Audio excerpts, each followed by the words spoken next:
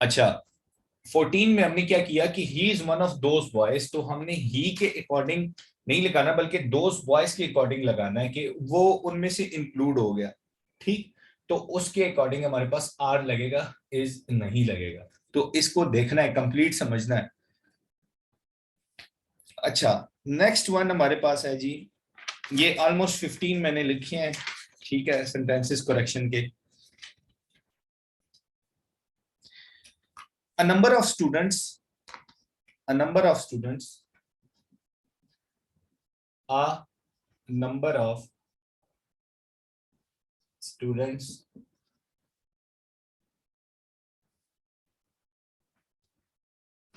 dash out of the class।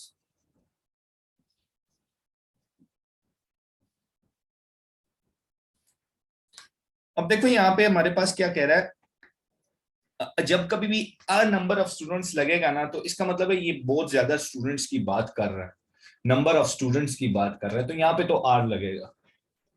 ठीक है, लेकिन अगर हमें बात करता है कि द नंबर ऑफ स्टूडेंट्स, ठीक है, अगर हमें बात करता है कि the number of students,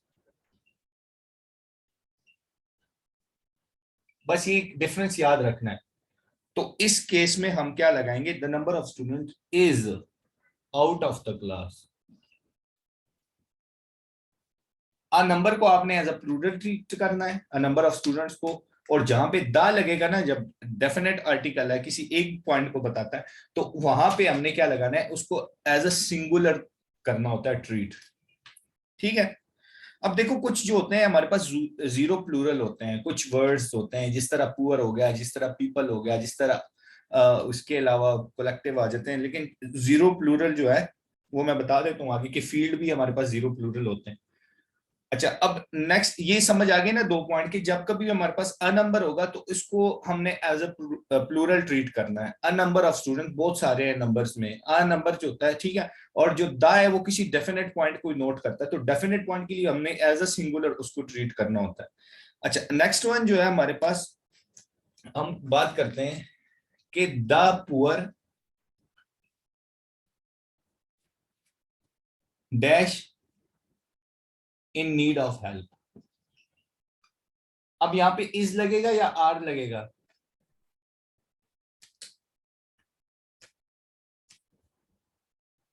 yes, क्यों? क्योंकि ये जीरो प्लूरल है, the poor are in need of help, in the need of help या इन नीड ऑफ हेल्प। अच्छा, अब हम एक और बात करते हैं, हम कह देते हैं, चलो जी ब्यूटीफुल की हम सोचते हैं, the beautiful people, the beautiful people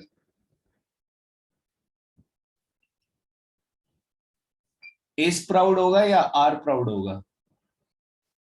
people आ गया अगेन, आर प्राउड, ठीक है, ये हमारे पास क्या है, ये भी प्लूरल है।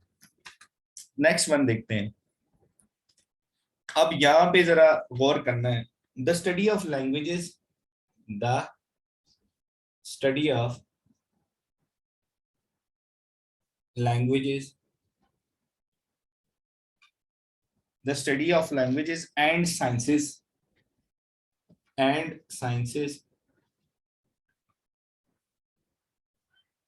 dash very important।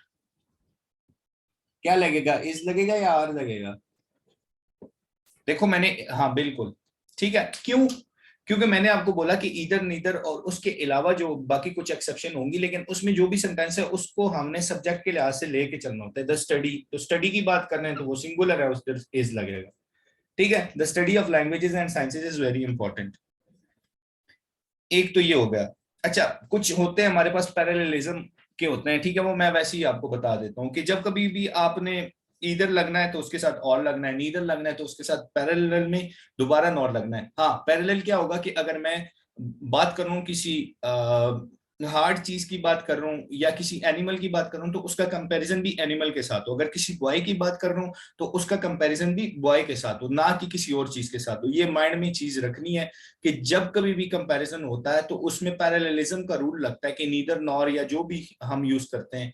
ठीक है, तो उसमें हमने जब पहले जो सेंटेंस लिखा है, जिस चीज के बारे में लिखना है, उसी तरह उसी चीज के फीचर के साथ उसको कंपेयर करना है। ठीक है, जैसे कि हम कहते हैं कि इट इज नीदर स्टडिंग, या he is neither studying nor playing, ठीक है, he is neither studying nor playing. तो अब हम एक उसकी बात कर रहे हैं ना, ही की बात कर रहे हैं। अब हम ये नहीं कह सकते कि ही इज नीदर स्टडिंग और फलाना इज प्लेइंग, ये नहीं, ये पैरेललिज्म नहीं है। पैरेललिज्म में हमेशा क्या करना होता है, दोनों सेम चीजों को लेके चलना होता है। एक तो ये हमारे पास होते हैं। अच्छा, एक और है हमारे पास कि ही इज टू स्लो, ये भी मैंने पढ़ाया था, ठीक है। हम कह देते हैं कि ही इज टू स्लो। जब कभी भी हम नेगेटिवली किसी को कर रहे होंगे, पॉइंट आउट कर रहे होंगे, ठीक है, तो हम कहेंगे, उसके लिए हम यूज करेंगे ही इज टू स्लो, ठीक, he is too slow to win the race.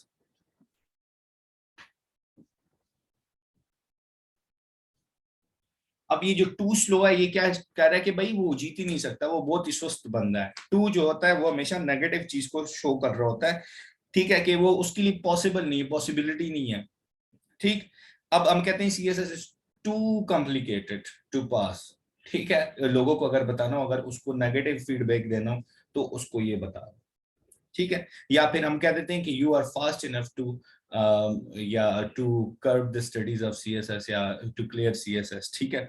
तो फास्ट, जब कभी भी हम यूज करते हैं वर्ड फास्ट, फास्ट जो होता है ना, फास्ट वो किसी पॉजिटिव क्वालिटी को बता रहा होता है। तो ये जो टू और फास्ट का मैं कंपैरिजन बता रहा हूँ ना, इसको जरा समझ। टू जो होता है वो नेगेटिव पर्सपेक्टिव के लिए यूज होता है, और जो फास्ट है वो पॉजिटिव पर्सपेक्टिव के लिए यूज होता है। कैसे, देखते हैं। अब हम कहते हैं कि he is fast enough to win the race, he is fast enough हो गया, ठीक है, कि वो इतना तेज है कि वो जीत सकता है, टू विन द रेस। तो एक तो ये हो गया हमारे पास, ठीक।